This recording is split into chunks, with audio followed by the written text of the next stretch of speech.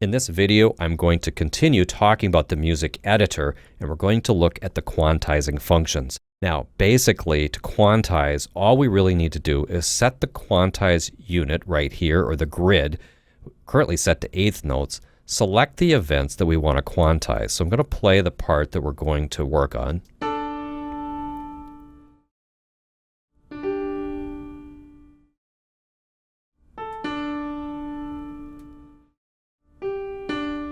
So you can hear that that's pretty rough.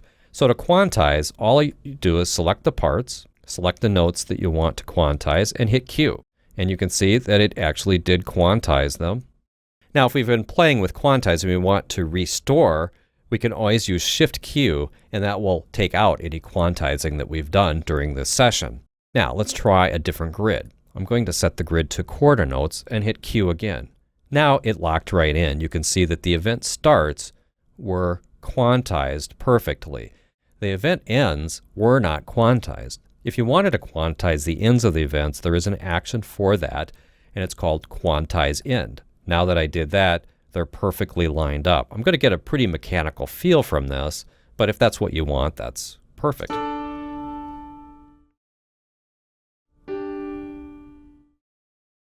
All right, so if we don't like the results of this, we can always do Shift Q. We've undone all of our quantizing.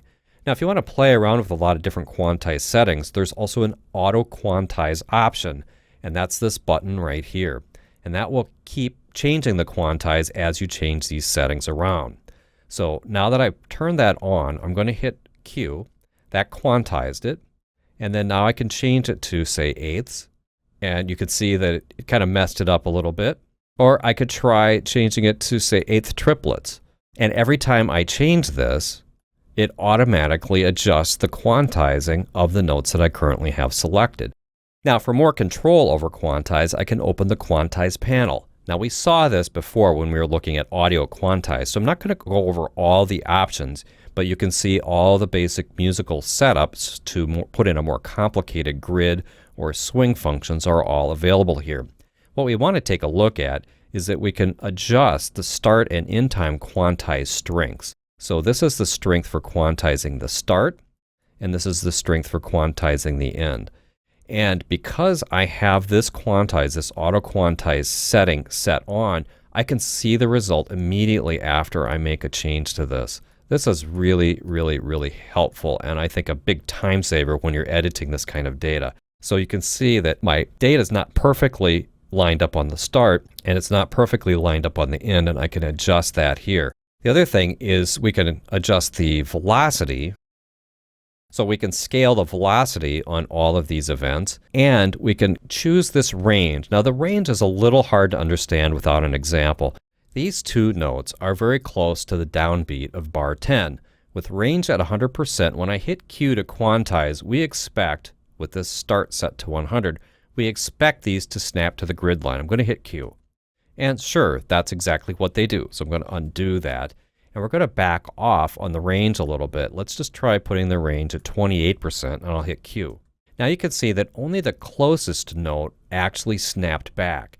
So the range over which we actually do the quantizing is pulled in quite a bit. So only notes that are quite close to the grid will actually get pulled in. This is useful for retaining the feel. It's also useful if you're quantizing something that's got a lot of busy fills and that sort of thing in, where anything off the grid isn't really going to be touched. Now, if you want perfect quantization, this is 100%. So if you want lighter quantization, then you'd back this off a bit.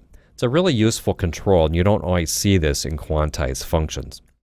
One additional important thing to realize about quantizing notes is that you can actually make it permanent. So I'm going to quantize these notes back to quarters, hit Q, and say this is the way I want them to be from now on.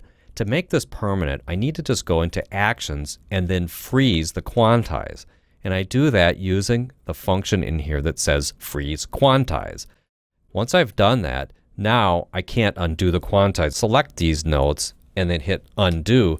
This is my new frame of reference. So if I do some additional quantizing from this point forward, it will always come back to here when I undo quantizing. So freeze quantize is pretty useful as you're working with editing these kinds of parts.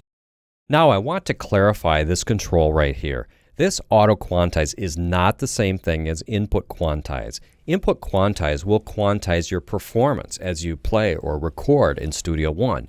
This does not do that. In order to turn on input quantize, you need to go to options and you'll find input quantize right here. If I click that, when I go back in here, you'll see now input quantize is enabled. There's another way to do this, and that's with the record panel. So if you go to view and load the record panel, which loads it down here, you'll see input quantize is available right here. And in the previous videos where we used input quantize, this is always the way that I turn it on and off. All of the other quantize controls we covered in the previous video on the quantize panel. So those are the unique things related to quantizing instrument parts and note data. Thanks for watching, and I'll see you in the next video.